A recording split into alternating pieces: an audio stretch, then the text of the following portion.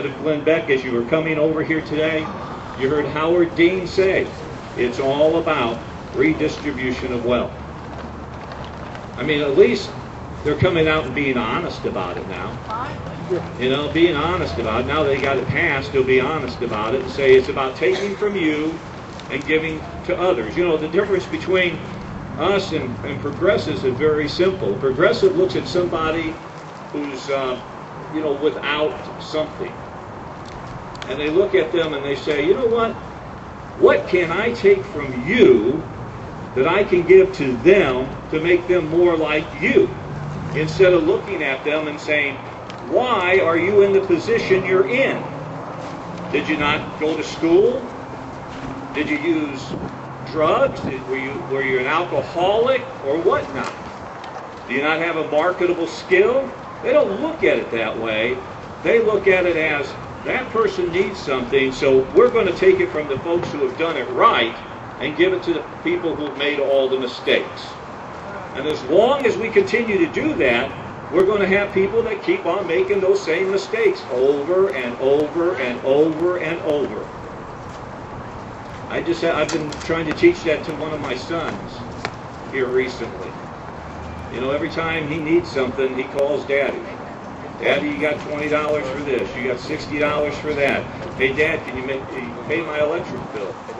And over the last year, what I've been telling him is, no, I can't.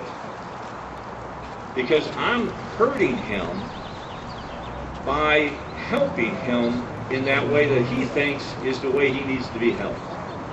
The way he needs to be helped is to get up, stand on his own 2 feet, figure it out, and get with it and do what his daddy did and work 3 jobs at a time sometimes to make ends meet.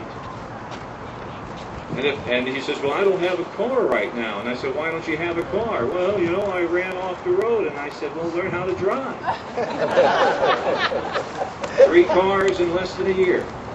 I mean, look, bottom line, I just told him, my son, it's done. The only thing I won't allow is I'm not going to let my grandson go hungry. That's the only thing that I won't allow. But you know what? When he calls me up and says, I need $20 for groceries, I said, well, meet me over at the Kroger, and we'll go get you some groceries. Then all of a sudden, you don't need groceries anymore. Well, Dad, I really need 20. I said, yeah, you need $20 for smokes, don't you? Because he smokes cigarettes. And I've also told him as long as he smokes cigarettes, I'm not going to help him as well, because if you add up how much he spends in smokes over the course of a month, and add that up and bring it up to a year, it's thousands upon thousands of dollars. You know what? Learn how to go without some things, son. That's the way I did. That's the way a lot of you did. How many people here, when they started off working, lived like, you know, a little one, you know, an efficiency apartment?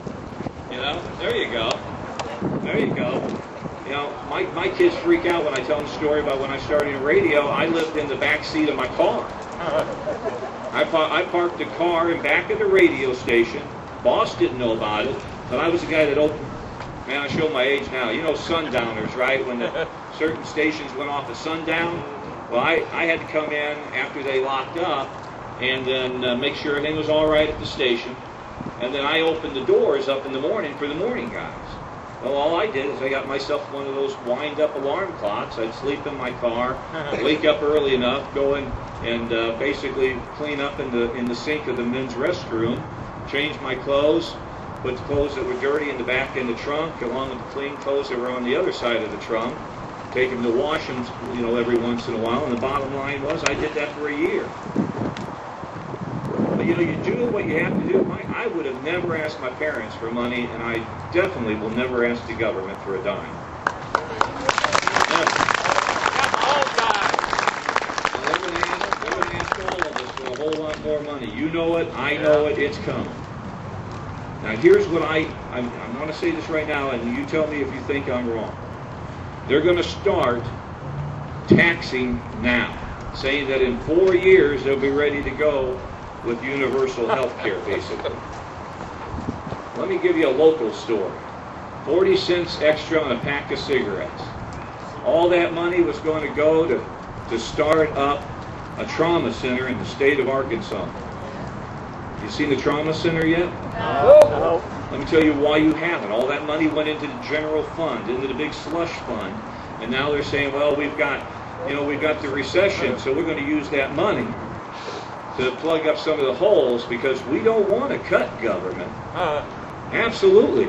There's no part of government that we can cut, even though it's grown in the last 5 years by 75%. There's no government to be cut. So we'll use that money to plug up the holes, and guess what? When we get along the way, we'll be able to get the trauma center. Mark my words. All this money that they're going to be gathering up for this health care, when it comes 4 years from now that they say they're going to get it started, they will not have it. That's right. They will not have it. They will have spent it. Just take a look at your Social Security. This is the first year Social Security. More money goes out than comes in. There are billions upon billions of dollars of IOUs in Parkersburg, West Virginia. That's where they store them at. But this year, $29 billion more will go out than comes in. If you're a young person here today, I feel sorry for you in the next 10 to 15 years. Because you're going to have to do one of two things. You're going to either have to cut Social Security or they're going to raise taxes.